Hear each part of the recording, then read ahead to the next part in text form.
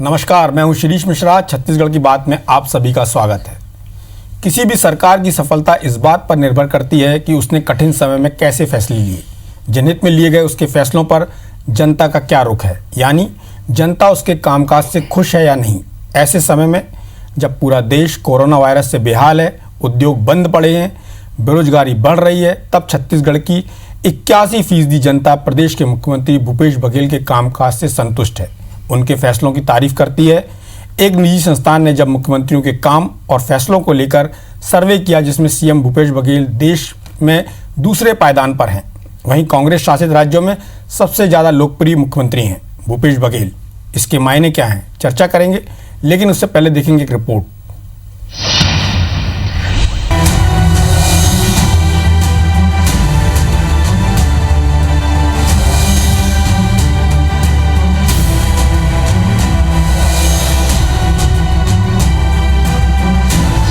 कई अहम फैसलों और जन कल्याणकारी योजनाओं ने छत्तीसगढ़ के सीएम भूपेश बघेल को संतुष्टि के पैमाने पर देश में दूसरे नंबर का मुख्यमंत्री बना दिया है। उनसे आगे सिर्फ ओडिशा के मुख्यमंत्री नवीन पटनायक हैं। IANSC वोटर के सर्वे के मुताबिक 81.06% संतुष्टि के साथ भूपेश सरकार दूसरे नंबर पर है। भूपेश सरकार के कामकाज से 56.74% जनता पूरी तरह संतुष्ट है। वहीं 33.25% जनता कुछ हद तक संतुष्ट है। देश के औसत संतुष्टि का स्तर 48.95% से ज्यादा छत्तीसगढ़ सरकार के लिए संतुष्टि स्तर है, जो अपने आप में कामकाज के स्तर पर सरकार की सफलता को जाहिर करता है। सर्वे में कांग्रेस शासित राज्यों के मुख्यमंत्रियों में भूपेश बघेल सर्वाधिक लोकप्रिय है। रैंकिंग में टॉप 2 मुख्यमंत्रियों में भूपेश बघेल का नाम आने से कांग्रेस ने जहां इसे छत्तीसगढ़ के लिए गौरव बताया, वहीं बीजेपी हर मोर्चे पर राज्य सरकार को विफल बता रही है। बहुत सारे मामले में हमारा छत्तीसगढ़ 1.5 साल हुआ है नई गवर्नमेंट बने, और बहुत सारे मामलों में नंबर 1 पर विश्व के पायदान पे रहा है। वर्तमान में इसके पहले भी 54 में पूरे देश में अलग अलग हुआ कई चीज़ों में। अभी इस विपरीत स्थिति में जब पूरे देश में महंगाई का असर था, हमारे छत्तीसगढ़ में नहीं था। तो इस दौर में तो लोगों से मिलना ही प्रतिबंधित था 3 महीने। पहला तो ये विषय मुझे समझ में नहीं आता कि इस दौर में सर्वे कैसे हुआ, कि वर्चुअल सर्वे हुआ है क्या, यदि लोगों से टेलीफोनिक जानकारी ली गई है क्या, या डेवलपमेंट के और कोई नए मापदंड स्थापित किए हैं। तो पब्लिक के बीच का तो सर्वे नहीं होगा, किसी एजेंसी का सर्वे हो सकता है। भूपेश सरकार के बड़े फैसलों की बात करें तो 2500 रुपए प्रति क्विंटल की दर से धान खरीदी, किसानों की कर्ज माफी करना, न्याय योजना की शुरुआत, आदिवासियों की जमीन वापसी, बिजली बिल हाफ करना, मनरेगा का बेहतर क्रियान्वयन करना, ऐसे कई अहम फैसले शामिल हैं। जाहिर है, कोरोना काल ने जब पूरे देश की अर्थव्यवस्था की कमर तोड़ दी, उद्योग बंद हैं, बेरोजगारी और महंगाई की मार से जनता त्रस्त है, ऐसे वक्त में छत्तीसगढ़ ने महाराष्ट्र, उत्तर प्रदेश और मध्य प्रदेश जैसे बड़े राज्यों को पछाड़कर जनता की कसौटी पर खरा उतरने का काम किया।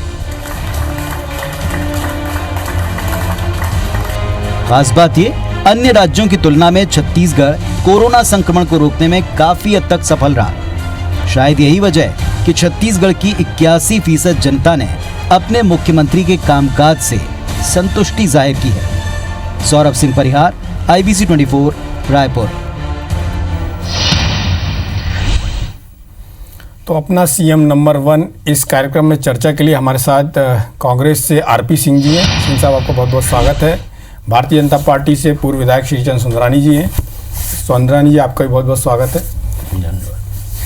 सुंदरानी जी, क्यों आपकी पार्टी के नेता डॉक्टर रमन सिंह जी को लगता है कि सर्वे में दम नहीं है, सर्वे एजेंसी ने किया है, लोगों से बात नहीं की है, जबकि सर्वे में भारतीय जनता पार्टी के जो नेता हैं, देश के प्रधानमंत्री हैं, उनके बारे में भी, उनकी लोकप्रियता के बारे में, हर राज्य में उनकी लोकप्रियता के बारे में बात की गई, तो डॉक्टर रमन सिंह जी को इस पर शक क्यों है?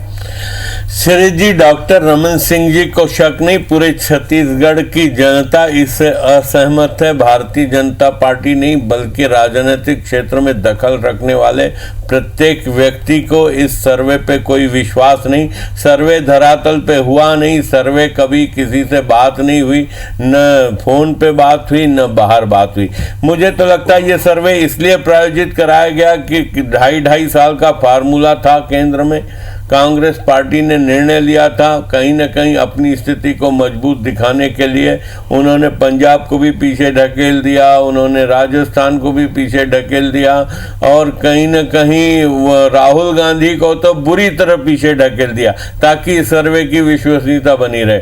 और जहाँ तक प्रधानमंत्री जी का सर्वे में सबसे ऊपर नाम होना स्वाभाविक है, प्रधानमंत्री जी का कोई विकल्प नहीं। डॉक्टर श्री नरेंद्र मोदी जी की सरकार मुझे बात क्या वो मुख्यमंत्री वो सरकार नंबर 1 होगी जो अवैध शराब बिकवाए, कोचियों के हाथ में शराब का धंधा हो, वो सरकार जो ठेकेदारों और इनके माध्यम से चलती हो, विकास एक भी रुपए का न हुआ हो, एक शिलान्यास एक भूमि पूजन न हुआ हो, वो सरकार नंबर 1 होगी। मैं मानता हूं किसानों का आंशिक कर्जा माफ हुआ, लेकिन क्या किसानों को 2500 रुपए का वादा भी किस्तों में देने की बात की?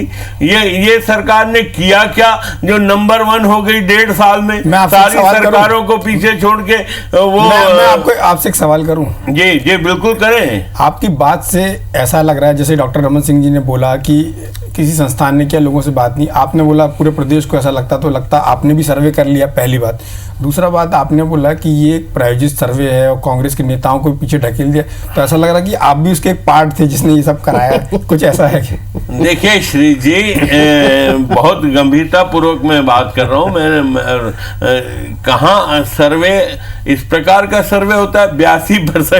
82% इस सरकार को देगा, 8.2% नहीं देगा। 6 महीने में तो धरातल पे ला दिया। 65 सीटें जीतने वाली विधानसभा में पार्टी 65 सीटों पे हार गई 6 महीने में लोकसभा चुनाव में। और स्थिति क्या रहेगी? आज करा ले इलेक्शन। आप क्या मानते हैं कि कांग्रेस ने जो कर्ज माफी की, कांग्रेस ने जो किसानों को 25 रुपए धान का दिया और अभी जो पैसा कांग्रेस दे रही है उसका कोई असर नहीं हुआ? आप क्या मानते हैं कि कांग्रेस सरकार ने क्या बेरोजगारी भत्ता दिया? श्री जी 2,500 रुपए 10 लाख नौजवानों को बेरोजगारी भत्ता देने की बात थी, शराबबंदी की बात थी, बिजली बिल पूरा हाफ करने की बात थी। श्रीचंद जी, ये जो सर्वे हुआ है ये कोरोना काल में जो मुख्यमंत्रियों ने काम किए हैं या देश के नेताओं ने काम किए जो पदों पर हैं उसका एक सर्वे। यदि ऐसा था तो एक बात बताइए, ऐसा था तो नवीन पटनायक जी का नंबर जो पूरे देश के सीएम उसमें नंबर 1 क्यों आया और भूपेश बघेल जी का पूरे कांग्रेस शासित राज्यों में नंबर 1 क्यों आया? यदि आप बोलते हैं तो पंजाब के यदि सीएम यदि मैनेज करने की बात थी तो पंजाब के सीएम भी कर सकते, राजस्थान के सीएम भी कर सकते थे, महाराष्ट्र के सीएम भी कर सकते थे, उत्तर प्रदेश के सीएम भी कर सकते थे।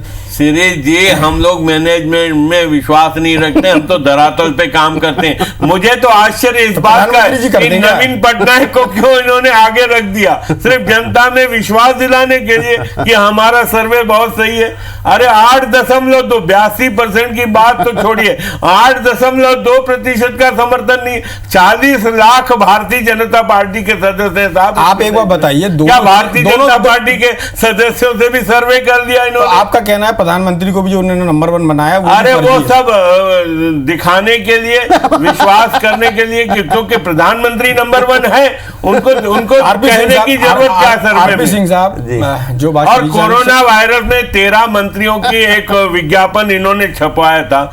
उस वक्त तक 3 मरीज थे एम्स में पूरे प्रदेश में। आज कितने हो गए? रोज 35-40 नए मरीज आ रहे हैं। इनकी प्रवासी मजदूरों की योजना ठप हो गई, बेरोजगारी भत्ते में ठप हो गए, शराब के मामले में पूरी तरह से इनका काम लड़खड़ा गया, पूरे जनता थू कर रही है, महिलाएं थू कर रही है। श्रीचंद जी एक बात बताइए जी, पड़ोसी राज्य में भारतीय जनता पार्टी की सरकार है जी, आपको इस प्रदेश में कहीं लोग बाग ये कहते हुए मिले कि उनके पास रोजगार नहीं है? मनरेगा में सरकार जो काम दे रही, इसलिए नहीं कि बताएं ये सर्वे की बात है। अभी हम समाचार में देखा मध्य प्रदेश में झाबुआ में जो बाहर से मजदूर आए वो वहाँ पर रहे 10 दिन और उसके बाद उनको लगा कि यहाँ पर सरकार काम नहीं कर रही, जबकि शिवराज जी ने बोला था कि संबल योजना में हम सबको काम देंगे, सबका एनरोलमेंट करेंगे, लेकिन नहीं हुआ। अब वो लोग वापस वहाँ जा रहे हैं जहाँ से वो लोग आए हुए महाराष्ट्र से। तो क्या आपको लगता है कि छत्तीसगढ़ में ऐसी बेरोजगारी वाली स्थिति है जो आप बात कर रहे हैं? छत्तीसगढ़ में रहता हूं, आप मेरे साथ चलिए। मैं आरपी सिंह साहब बहुत अच्छे प्रवक्ता हैं, कांग्रेस के बड़े नेता हैं और अच्छा बोलते हैं। मैं एक बार आरपी सिंह जी से मेरे साथ चले, सर्वे करते हैं कितनी बेरोजगारी की स्थिति। अरे मध्यम वर्गीय लोग बेरोजगार हो गए साहब, सरकार को ध्यान देना पड़ेगा, कहीं न कहीं रोजगार के अवसर उपलब्ध कराने पड़ेंगे। रोजगार की तरफ सरकार का कोई ध्यान नहीं है, बिल्कुल कोई ध्यान नहीं। उद्योगों में यहाँ के स्थानीय श्रीचंद जी, क्या आप ये नहीं मानते कि सरकार ने अभी जो किसानों को इतना पैसा दिया है, करोड़ों में दिया है, 1000 करोड़ से ऊपर 1500 करोड़ रुपए दिया है साहब, 20 लाख करोड़ दिया है। मोदी जी ने 20 लाख करोड़। कहाँ मोदी जी से तुलना कर रहे हैं हम? 20 लाख की तुलना कर रहे हैं, कहाँ की तुलना कर रहे हैं? और ये इन्होंने अपने नेता को पीछे ढकेलवा दिया। 0.89% राहुल गांधी। आरपी सिंह जी, सीधे तौर पर आपकी सरकार पे आ गया 8-9%। आपको इसका जवाब देना पड़ेगा। देखिए, मैंने इस प्रोग्राम की शुरुआत में 15 साल तक मुख्यमंत्री रहे डॉक्टर रमन सिंह का बयान सुना और श्रीचंद जी को मैं पिछले 9 मिनट से सुन रहा हूँ। सब मिलाकर मुझे गोविंदा की फिल्म का एक गाने का लाइन याद आती है कि तुझको मिर्ची लगी तो मैं क्या करूँ।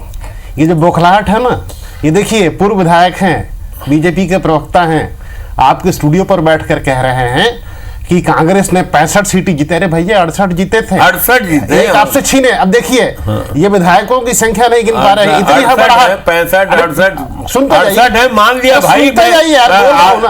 अरे आपने एक डिबेट में 1,14,000 को 1,76,000 बोल दिया था। अब पहले सुनते जाइए।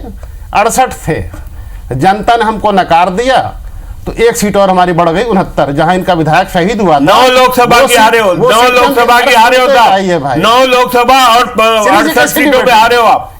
श्रीचंद जी, उनको बोल लीजिए। 9 मिनट आपने बोला, मैंने बर्दाश्त किया ना, मुझे भी 9 मिनट सुन लीजिए आप। जनता आपको देख रही है भाई, ऐसा मत कीजिए, जिम्मेदार आदमी है आप। उसके बाद जी होता क्या यहाँ पे, उसके बाद 2 बाई इलेक्शन होते हैं। भूपेश बघेल का डर इतना अंतरात्मा में समाया हुआ था कि इनकी हिम्मत नहीं हुई कि दोनों बाई इलेक्शन एक साथ करा लें। इनका मकसद था कि एक विधायक की शहादत हुई है, वहाँ हम शायद जीत जाएं तो एक हवा बदलेगी वहाँ से, और हवा बदल गई। जो सीट आप 21 वोट से जीते थे 12,000 से हार गए। दूसरे के बारे में ना कहूँ, बात तो ज़्यादा अच्छा है। फिर क्या हुआ साहब, नगर पालिका के चुनाव होते हैं, 10 में से 10 नगर निगम साफ, पार्षद आपके कम जीतते हैं। जिला पंचायतों के चुनाव होते हैं, नगर पंचायत के चुनाव होते हैं, ग्राम पंचायत के चुनाव होते हैं, तीनों स्तर पर आप साफ। अब आप कह रहे हैं सर्वे। अब मैं आता हूं मूल प्रश्न पे, सर्वे पे। सर्वे को आपने बताया कि 3 हिस्से में जो है सर्वे। एक मोदी जी का सर्वे है, एक मुख्यमंत्रियों का सर्वे है, एक राहुल जी का हिस्सा है। इनको उसके 2 हिस्से पसंद लग रहे हैं कि राहुल जी लोकप्रिय नहीं है, वो इनको सच्चा लग रहा है। मोदी जी भगवान विष्णु के अवतार हैं, इसलिए वो नंबर 1 है, आराध्य पुरुष हैं, वो इनको पसंद है। भूपेश बघेल जी किसान का बेटा, गरीब का बेटा, वो लोकप्रियता में 81% कैसे? अगर दर्द इस बात का है, भूपेश बघेल जी अगर सामंती परिवार से आते या किसी पूंजीपति परिवार से आते तो हो सकता है इनको दिक्कत ना होती। समस्या यही है कि एक गरीब का बेटा, एक खेत जोतने वाले का बेटा, खुद किसान, जो मुख्यमंत्री बना, उसकी लोकप्रियता इतनी कैसे हो सकती है? और अगर सर्वे मैनेज होते हैं तो हिंदुस्तान के सर्वाधिक राज्यों में तो आपकी सरकार है, बड़े बड़े राज्यों में आप बैठे हुए हैं, बाजू में शिवराज मामा हैं। उत्तर प्रदेश में इनको कांग्रेस की बस नहीं चाहिए थी, लेकिन मध्य प्रदेश में सरकार बनाने के लिए कांग्रेस के एमएलए चाहिए थे। आपने क्यों मैनेज नहीं कर लिया? ऊपर के 6 में से एक भी मुख्यमंत्री इस सर्वे में अगर नहीं आए हैं, इसका मतलब बड़ा स्पष्ट है कि आप लोग को गाल बजाना आता है, मन की बात करना आता है, काम की बात करना नहीं आता, जनता की सेवा करना नहीं आता, नहीं तो आप इस सर्वे में रहते। और 7वें नंबर पर जो इनका मुख्यमंत्री शामिल भी होता है वो कौन है? हिमाचल प्रदेश का मुख्यमंत्री, जिसका नाम इस प्रदेश की 80% जनता जानती ही नहीं होगी। आप तो योगी जी को पोस्टर बॉय बनाए हैं, आप तो सपना दिखाते हैं कि मोदी जी के बाद योगी जी हैं। योगी जी कहाँ इस सर्वे में? हमारा सगा बड़ा भाई जिससे हम अलग हुए 2000 में, वो सर्वे में कहाँ है? तो सुंदरानी जी और रमन सिंह जी, दोनों एक बात समझ लीजिए, हमारे ऊपर जितने पत्थर फेंकेंगे पलट के आपके ऊपर आएंगे। जनता जिसके साथ है, जनता उसी के साथ है। और हमने ये जो पाया है श्रीज भाई, वो एक दिन में नहीं पाया है। आपने देखा है कि हमने अगर कहा कि किसानों की जमीन वापस, तो हिंदुस्तान में एकमात्र ऐसा राज्य है जहां जो कहा सो किया, किसानों की जमीन वापस कर दिया। आपने क्यों नहीं किया साहब? आप तो बोलते थे हम लैंड बैंक बनाएंगे, हमने कहा 2500 तो हमने 2500 दिया। आपके मोदी जी ने 6 पत्र लिखने के बाद इस योजना पर रोक लगा दी कि आप बोनस दोगे तो हम अपने आप को अलग कर लेंगे। हमने कहा ठीक है, आप माई बाप है साहब, खरीद लीजिए, हम उसी रेट पे दे देंगे। हमने बाद में योजना बनाई, और सिर्फ धान ही क्यों, हमने मक्का और गन्ने के किसानों को शामिल किया है। अगले चरण में हम इसमें दलहन तिलहन शामिल करने जा रहे हो। इतने पे बात खत्म होने वाली नहीं है। न्याय तो सबके लिए है ना शिरीष भाई। उसमें 2 महीने में कमेटी बनी है CS के अंडर में, जो कि भूमिहीन श्रमिक और भूमिहीन किसान, उनके लिए भी अनुशंसा करने वाली है। तो आप जो है 68,000 करोड़ रुपए माफ कर सकते हैं चौकसे भाई का, नीरव मोदी का, ललित मोदी का और लाला रामदेव जी का। हमारी दोस्ती उनसे नहीं है साहब, हमारी दोस्ती गांव के बुधारू समारू से है। हमारी चिंता पहले उनकी है कि आप यहाँ कैसे हैं। अब एक छोटी सी बात बोलता हूं, आप आए कोरोना पे कई बार चर्चा हो चुकी है। इस देश में कोरोना क्यों है साहब? हमारे यहाँ तो पैदा नहीं हुआ, आया कहाँ से? विदेश से। आप इंटरनेशनल फ्लाइट रोक लगा देते, जैसे ताइवान ने लगाया था, आप भी रोक लगा देते। श्रमिक पैदल चले, हमने बुलाया था आपकी वजह से। आप ही का प्रधानमंत्री ने कहा था 21 दिन बस कोरोना हार जाएगा। 18 दिन में महाभारत का युद्ध समाप्त हो गया था, 21 दिन में कोरोना हार जाएगा। फिर बाद में आपने क्या कहा कि अब कोरोना के साथ जीना होगा, कोरोना दुश्मन है, हारे आप है, स्वीकार कीजिए ना। अब जब 519 केस थे, छोटी सी बात, मात्र 15 सेकंड खत्म कर रहा हूं मैं आपको। 24 मार्च को जब लॉकडाउन लगा था, तब इस देश में मरीजों की संख्या थी 519, और आज संख्या है 2 लाख से ज्यादा। 215 देश जहां कोरोना फैला है, हम उसमें 7वें नंबर पर हैं। और यही स्थिति रही तो आने वाले समय में हम दुनिया में नंबर 1 होंगे। और एक छोटी सी बात, 5 सेकंड लूंगा आपका मैं। मोदी जी इस दिन मन की बात कहते हैं, उस दिन कहते हैं कि हमने 1 करोड़ कोरोना संक्रमित मरीजों का इलाज किया है, जबकि सच्चाई यह है कि आज की तारीख में पूरी दुनिया में 64,74,000 कोरोना के संक्रमित हैं। 1 करोड़ लोग का मोदी जी इलाज कर लेते हैं, जितने पूरी दुनिया में बीमार नहीं हुए। तो मोदी जी को नमन है, और आप सर्वे को नकारते रहिए, जनता हमारे साथ। श्रीचंद जी, ये सर्वे आया है, ठीक है, आप भारतीय जनता पार्टी से हैं और आपका एक कर्तव्य भी बनता है कि आप जो मौजूदा सरकार उसका विरोध करें, राजनीतिक विरोध करें। आपको खुशी नहीं हुई कि हमारे यहाँ के जो CM है वो कांग्रेस शासित राज्यों के मुख्यमंत्री में नंबर 1 है, और जो नंबर 1 CM है पूरे देश में, उनसे भी वो कुछ पॉइंट में ही पीछे हैं? सही बात है श्री जी, बहुत अच्छा सवाल आपने किया।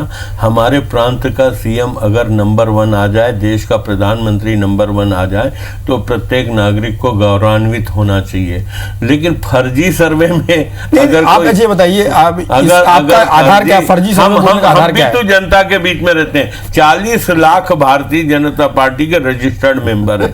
40 लाख आपको वोट नहीं मिले थे विधानसभा में? 40 लाख परिवार कैसे वोट नहीं मिले थे? आप देख लीजिए कितने वोट मिले। 40 लाख तो आपको वोट नहीं मिले। मैं आपको लगातार बता देता हूं, क्या शराब के मामले में 20% शराब के रेट बढ़े और राजस्व 30% घटा? ऐसा चल रही है सरकार। विकास का एक काम नहीं कर पा रही है सरकार। मुझे बताएं, भारतीय जनता पार्टी के 2 राज्यों में ऐसी स्थिति रही जहां संख्या के बराबर वोट नहीं मिला, एक छत्तीसगढ़, एक महाराष्ट्र। 80% में तो इंदिरा जी कभी नहीं गई। मतलब फर्जी भी करना था तो ऐसा तो नहीं करना था। 8.2 पे हो, आप उसको बढ़ा के 20% दिखाते तो लोगों के गले उतरता। आपने सीधा 82%। छत्तीसगढ़ का कोई आदमी मानने को तैयार नहीं है। प्रवासी मजदूरों की जो स्थिति इन्होंने कर रखी, दुर्गति कर रखी, किस प्रकार इनका मैनेजमेंट है। यहाँ पे कोरोना टेस्ट नहीं हो रहे, और जैसे टेस्ट होना थोड़ा बहुत शुरू हुआ तो रोज 40-50 मरीज के कोरोना के निकल के आ रहे हैं। अच्छा श्रीजन जी, एक बात बताइए जी, आप जब दूसरे राज्यों में बात करते हैं, अच्छा आपसे पूछा मैं ये सर्वे, आप भी छत्तीसगढ़ के नागरिक हैं, पूछा गया क्या? आप पता करिए। देखिए, मुझसे पूछा जाए या ना पूछा जाए, हमसे नहीं पूछा गया। इसका मतलब ये नहीं कि सर्वे नहीं हुआ, पर इतना मैं जानता हूं कि ये दूसरे राज्यों में बात होती तो हमारे CM के काम की तारीफ होती है। आपके पास ऐसा इनपुट आता है कि नहीं? जब दूसरे राज्यों में क्या तारीफ, किस बात की तारीफ?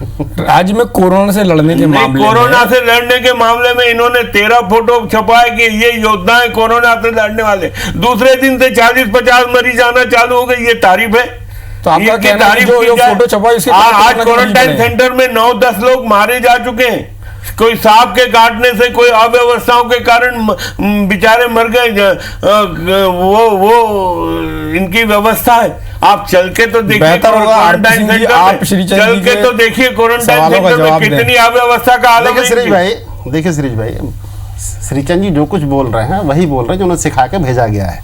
अच्छा, मैं हमारी देखिए, क्लास ली जाती मैं आ रहा है। हूं, देखिए क्या है कि मैं यहाँ बैठ के पहले भी कई बार आपके यहाँ बोला हूँ कि तुम्हारे पैरों के नीचे जमीन नहीं है। कमाल शेरो तो ये शायरी है, बोल के टाइम कमाल पास तो ये करो, है कि आपके तुमको पास आज भी बोलने यकीन बोलने नहीं दीजिए ना है। उनको, बोलने दीजिए उनको। शेरो शायरी में ही समय खराब करो। श्रीचंद जी ऐसे में डिबेट नहीं हो पाई, उनको बोलने दीजिए ना।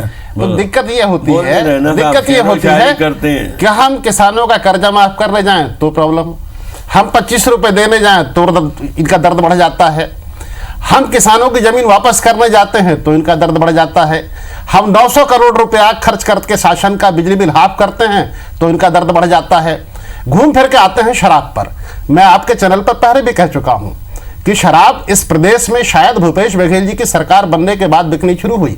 उसके पहले बाबा रामदेव की दवाई बिकती थी और डाबर का च्यवनप्राश बिकता था, सुंदरानी जी महीस खरीदते लाते थे। इनको देखा हूं अक्सर, ये शराब की दुकानों के सामने खरीद होके डाबर का च्यवनप्राश खरीदते थे। इतनी आपको नफरत थी तो 15 साल आप भी सत्ता में थे, बाबा को नहीं छोड़ते आप, अरे सुनिए सुनिए, अरे बाबा दादा लाला सबके बारे में बात करें। आप तो मुख्य मुद्दे पर आइए कि 15 साल आप भी रहे, मैनेजमेंट से सर्वे होता है तो आपके मुख्यमंत्री इतने फेलुअर थे कि एक सर्वे को मैनेज नहीं कर सके, फर्स्ट नहीं आ सके। हम नहीं करते ये तो काम, मोदी जी ने मैनेज किया है, तो मोदी जी ने मैनेज किया है, हमारी तो पार्टी मोदी जी ने ये मैनेज काम किया नहीं है, करती, हम धरातल मोदी जी पे काम नंबर वन करते आए हैं। मोदी जी ने मैनेज किया है। और आप जिम्मेदार आदमी इस चैनल पर बैठकर, प्रदेश के सबसे बड़े चैनल पर बैठकर आप ये आरोप लगा रहे हैं कि मोदी जी ने सर्वे को मैनेज किया है। मतलब ये पिछले 15 साल का रमन सिंह का अनुभव है, यहाँ पे अनुभव है, वो बता रहे हैं कि रमन सिंह बैठकर ऐसे सर्वे को मैनेज किया करते थे। डंका बज रहा था, डंका बज रहा पूरे विश्व में, कहाँ लगे मोदी जी आप की बात दोनों सुन ने रहे हो आप? आप दोनों ने मैंने अपनी पहले अपनी कहा, बात रखी और मोदी जी का डंका मैंने पूरे पहले विश्व में बज रहा कहा था। उसको मिर्ची लगी तो मैं क्या करूं? अरे मिर्ची आप लगेगी, गाने गाओ, अरे शुरुआत आप है, शेरो अरे शायरी शुरुआत करो, है, समय आप पूरा शुरुआत है। खत्म करो। आप अभी दोनों ने शुरुआत हमारे है। इस कार्यक्रम में भाग लिया, अपनी अपनी बात रखी, इसके लिए आप दोनों का बहुत बहुत धन्यवाद। नमस्कार।